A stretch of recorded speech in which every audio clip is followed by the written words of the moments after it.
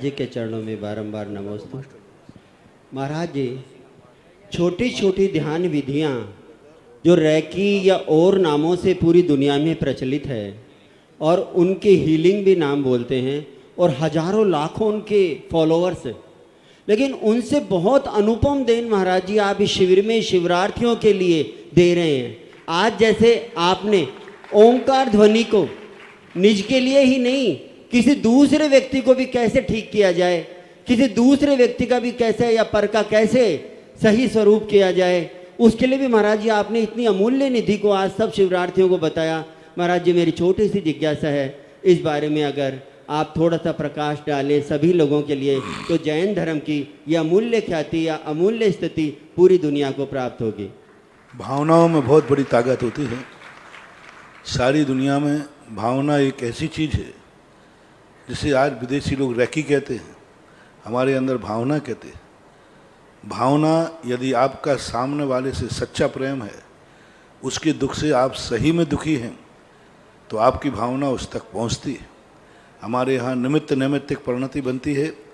निमित्त पाकर के जब एक सामने कोई अपना प्रिय व्यक्ति आ जाता है तो अपन को आह्लाद हो जाता है, और अपना दुश्मन आता है तो अपने मन में खेद हो जाता है। उसने कुछ किया नहीं, कुछ बोला नहीं, मात्र देखने मात्र से, उसके स्मरण करने मात्र से भी अपने प्रिय व्यक्ति की याद आते ही, स्मरण करते ही अपन को आनंद आता है, और दुश्मन की याद करते ही क्रोध आता है।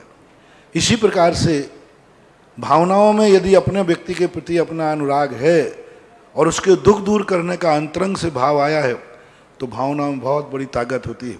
हमारे शास्त्रों में एक कथानक आता है कि एक महाराज जंगल में बैठे थे, उनके मन में जंगल में आग लगी, और आग लगने के बाद चारों तरफ त्राही त्राही मच गई। अब महाराज खुद वहाँ बैठे, उनको अपनी चिंता नहीं थी। उन्होंने ऐसी भावना भाई, ऐसे ही अपना ध्यान किया, और सारे ब्रह्मांड, गर्मी का समय, जेठ की दोपहरी, आग लग चुकी है, चारों तरफ धुधु है, लेकिन उन्होंने ऐसी भावना भाई कि जेठ की दोपहरी में भी मूसलाधार वर्षा हुई और जंगल की आग रुकी।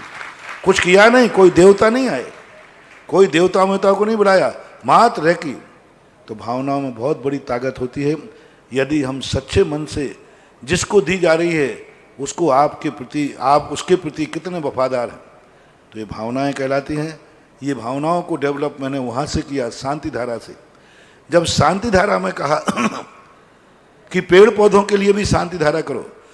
मान लो आपका खेत है, पेड़ है, उसमें कोई सूखा लगने वाला है, तो आप उसके लिए शांति धारा करते हो। अब पेड़ को तो खबर नहीं है, पेड़ तो भगवान को जानता नहीं है, पेड़ को तो कुछ पता नहीं, लेकिन आपका अटैचमेंट उस पेड़ से है, उस बगीचे से, उस खेत से है, तो वो आप शांति धारा करोगे, आपकी शांति धारा की वर्गणाएं उस पेड़ और खेत पर पहुंच जाएंगी, खेत में सूखा होने से बच सकता है। अब जब भावनाओं का प्रभाव पेड़ पौधों पर पड़ता है, पेड़ पौधों पे, तो फिर दूसरी चीजों पर पड़ने में क्या बात है? बकरों पे, अजों पे, हाथी पर, घोड़े पर, इनके ऊपर प्रहार, गाय पर, कोई गाय बीमार है, उसके नाम की आप शांति धारा कीजिए।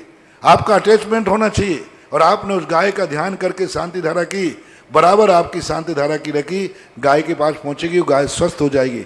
बस उस गाय का संबंध तुम्हारे से होना चाहिए, उसके प्रति तुम दयालु हो। ये नहीं कि आपकी ही गाय हो, रास्ते में पड़ी हुई गाय से आप दुखी हुई है कि नहीं। भावना में दम कितनी है ये आपको देखना पड़ेगी।